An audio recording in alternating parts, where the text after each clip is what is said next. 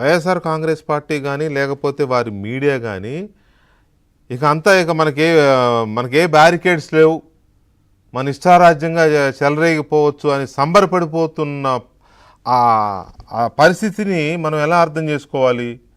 చాలా అంటే దగిన విషయం అండి, విచారించదగ్గ విషయం. ఎందుకంటే అసలు కోర్టు సర్క్యులర్ ఏం చెబుతుందని అర్థం చేసుకోకుండా ఇది లైక్ రెడ్ బుక్కి ఇది ఒక రెడ్ సిగ్నల్ అని మాట్లాడటం అంటే అంటే like I strongly like objected అండి. ఎందుకంటే కోర్టు సర్క్యులర్ ఏమి ఇచ్చారో చూసుకోవాలి మనం ఒకసారి. అంటే ఇప్పుడు లైక్ అంటే ఇష్టానుసారంగా మాట్లాడేమని కోర్ట్స్ సర్క్యులర్స్ ఇస్తారండి. I don't understand this. అంటే మీరు ఏదో ఒకటి మాట్లాడిన సోషల్ మీడియాలో మీరు ఎవరు అరెస్టులు జరగవని చెప్పి న్యాయస్థానం చెబుతుందండి. అసలు అసలు ఆ పాసిబిలిటీ ఉందా? అసలు మనం ఏమి మాట్లాడుతున్నాం అంటే నేను సాక్షిలే వాళ్ళు ఏం మాట్లాడారు ఏంటంటే మార్నింగ్ ఏదో న్యూస్ పేపర్లో వాళ్ళు రాసింది వరకు చూశాను. కానీ మరి ఇప్పుడు మీరు చెప్తున్నారు ఏదో మాట్లాడుతున్నారు. ఇప్పుడు ఫస్ట్ ఆఫ్ ఆల్ అదే సాక్షిలో రాసిన దాని గురించే నేను అడుగుతున్నాను. అది అది కంప్లీట్లీ నాకు తెలిసినంత వరకు ఏంటంటే కొద్దిగా అది వాళ్ళు అర్థం చేసుకోవాలి. అంటే ఇప్పుడు న్యాయస్థానాలు ఎప్పుడు మీ ఇష్టానుసారంగా మీరు చేసేయండి, మిమ్మల్ని ఎవరు అరెస్ట్ చేయరని న్యాయస్థానాలు ఎప్పుడు చెప్పవండి. That is not the intent of any institution like judiciary మీరు ఏమన్నా ఒకవేళ ఏదైనా కేసులో ఇరుక్కున్నప్పుడు బెయిల్ అప్లికేషన్ మీరు మూవ్ చేసుకుంటే మీకు బెయిల్ ఇవ్వాలా వద్దా అనేది మాత్రం కన్సిడర్ చేస్తారు. కానీ మీరు ఇష్టానుసారంగా సమాజంలో అన్రెస్ట్ క్రియేట్ చేయండి, ఎవరిని పడితే వాళ్ళని అబ్యూజ్ చేసేయండి, డిఫేమ్ చేసేయండి అని న్యాయస్థానం చెప్తే అని మనం అనుకుంటున్నావా? అలా అసలు న్యాయస్థానాలు చెబుతాయా? అది చెప్పవు కదా. అది బేసిక్ ఏం లేదు వెంకటకృష్ణ. ఒక పాయింట్ నేను ఇక్కడ ఓన్లీ మొత్తం సర్క్యులర్ లో ఒక పారాగ్రాఫ్ లో ఒక పాయింట్ చదివి వినిపిస్తాను. అది అర్థమైతే అది అర్థం చేసుకోగలిగే శక్తి ఎవరికన్నా ఉంటే వాళ్ళకి అర్థమైపోతుంది. బేసిక్ ఏం లేదు.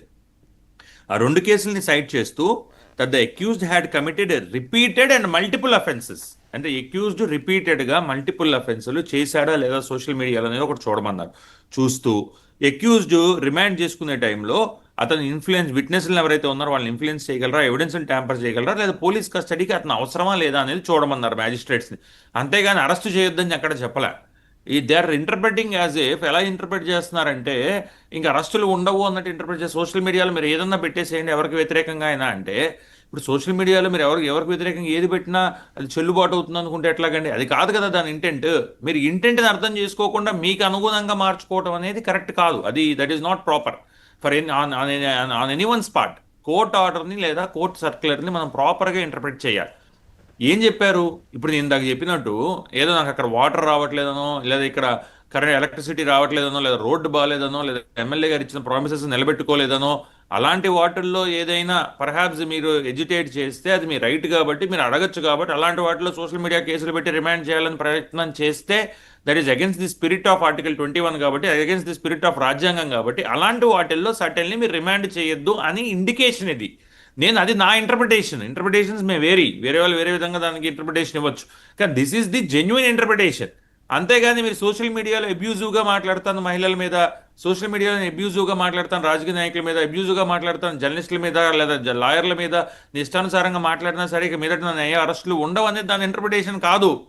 అండ్ ఇన్ కేస్ పర్హాప్స్ మీ మీద ఆల్రెడీ ఒక సోషల్ మీడియా కేసు రిజిస్టర్ అయి ఉంటే మీరు రెండో సోషల్ మీడియా కేసు రిజిస్టర్ అయితే మీ మీద అది మల్టిపుల్ అఫెన్సెస్ కిందకే వస్తుంది కదా, going by the spirit of this letter and spirit of this particular circular. అలాంటప్పుడు దాన్ని మనం ఏ విధంగా how can you even misread it? నేనేమంటానంటే న్యాయస్థానం the honourable court has given a circular considering the spirit letter and spirit of article 21 to protect the interest of those who has been wrongly being prosecuted. ఎవరైతే రాంగ్గా prosecute కాబడుతున్నారో వాళ్ళని protect చేయడం కోసం honourable high court has rendered a judgment. Honourable high court has given a circular. దాన్ని social మీడియాలో ఏమన్నా మాట్లాడచ్చు, social media ఇష్టానుసారంగా మనం చేయొచ్చు, దీనికి ఆ బుక్కి వ్యతిరేకం ఈ బుక్కి వ్యతిరేకం అని ఇంటర్ప్రిటేషన్ చేయడం అనేది ఇట్స్ నాట్ ప్రాపర్. అంటే మీరు of course politically you are at your liberty to do whatever you want. మీకు ఆ హక్కు ఉంది, పొలిటికల్గా మీరు ఏదైనా చేసుకోవచ్చు. హైకోర్టు ఆర్డర్ని ఇంటర్ప్రిట్ చేసేటప్పుడు మాత్రం అలా చేయవద్దని నా మనవి, నా రిక్వెస్ట్ కూడా వెంకటకృష్ణ గారు. సాగర్ గారు ఇక్కడ కొన్ని ఎలా ఉంటున్నాయంటే ఏదన్నా ఇన్సిడెంట్ జరిగినప్పుడు అన్ఫార్చునేట్లీ ఆంధ్రప్రదేశ్లో జరుగుతాయి ఎక్కువ ఇలాంటివి.